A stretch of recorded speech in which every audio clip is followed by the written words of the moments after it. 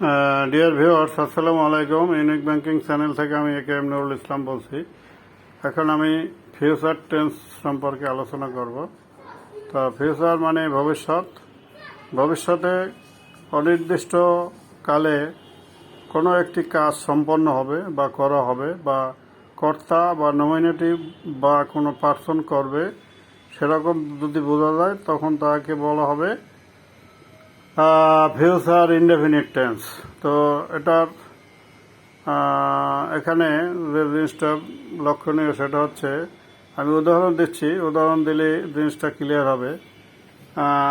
I shall do the work, আমি কাজটি সম্পন্ন করব। কখন করব, কিভাবে করব তা কিন্তু এখানে বলা হয় না। সেরকম you will do the work, তুমি কাজটি করিবে।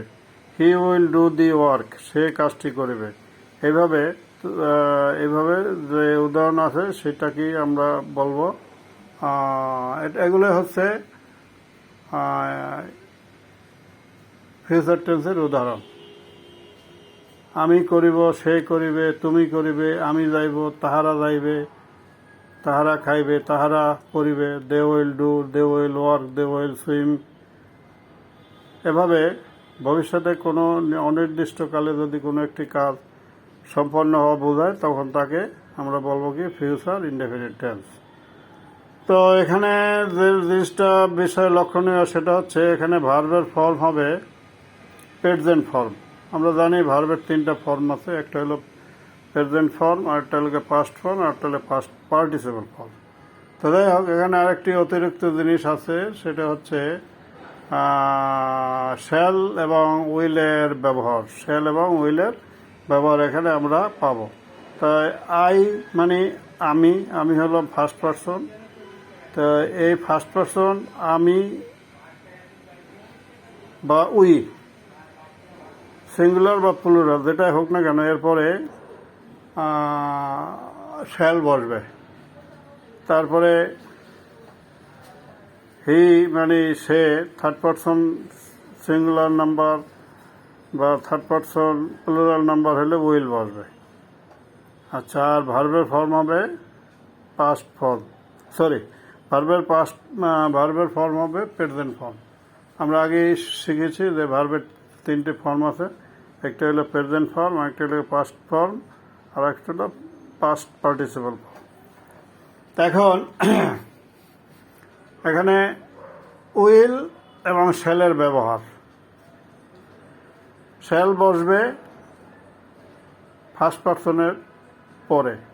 ফার্স্ট পারসন সিঙ্গুলার হইলেও শ্যাল বসবে, আবার প্লুরাল হইলেও শ্যাল বসবে। যেমন আমি আমি আমি এটার প্লুরাল নাম্বার হইল আমরা।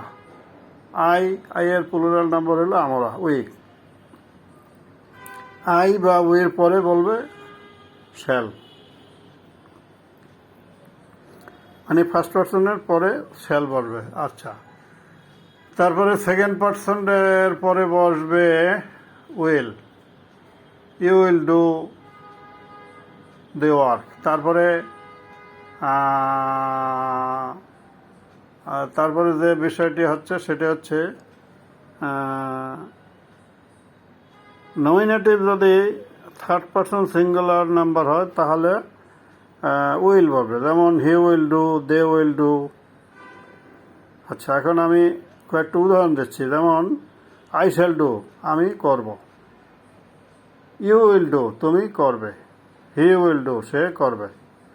আমি মনে হয় জিনিসটি বুঝাইতে পেরেছি। তা আমি আবার বলছি, I shall do, we shall do, you will do, he will do, they will do. তারপরে এখানে যে জিনিসটা আছে সেটা হলে উইর পরে উই শ্যাল হবে, আর এটাই ব্যতিক্রম। উই শ্যাল কেন হবে? যদি nominative first person singular, first person plural number হয় তখন বসবে উইল, না বসে বসবে কি শ্যাল বসবে। তা আমি আবার বলছি, I shall do, we shall do, he will do, they will do. You will do, they will do. এই হচ্ছে শ্যাল এবং উইলের ব্যবহার। আর হচ্ছে আমি যে উদাহরণগুলো দিয়েছি, যে I shall do, you shall do, he will do, they will do, we shall do, এ হচ্ছে শ্যাল উইলের ব্যবহার। তো শ্যাল উইলের ব্যবহার আমাদের এখানে শিখতে হবে, এবং আমি শ্যাল উইলের ব্যবহার আমার এই লেকচারের ভিতরেই তোমাদের কাছে বলেছি, অলরেডি বলেছি। যাই হোক, তোমরা বইয়ে যে কোনো গ্রামার বইয়ের যে ট্রান্সলেশন আছে কতগুলো, ওই ট্রান্সলেশনের ভিতরে কিন্তু অনেকগুলো থাকে, বাংলা থেকে ইংরেজি থাকে, ওখানে তোমরা পড়ে নেবে। তাহলে তোমরা যত ইংরেজি বেশি পড়বে, বেশি ইংরেজি শিখতে পারবে। আর যদি ইংরেজি না পড়ো তাহলে কিন্তু কিছুই শিখতে পারবে না।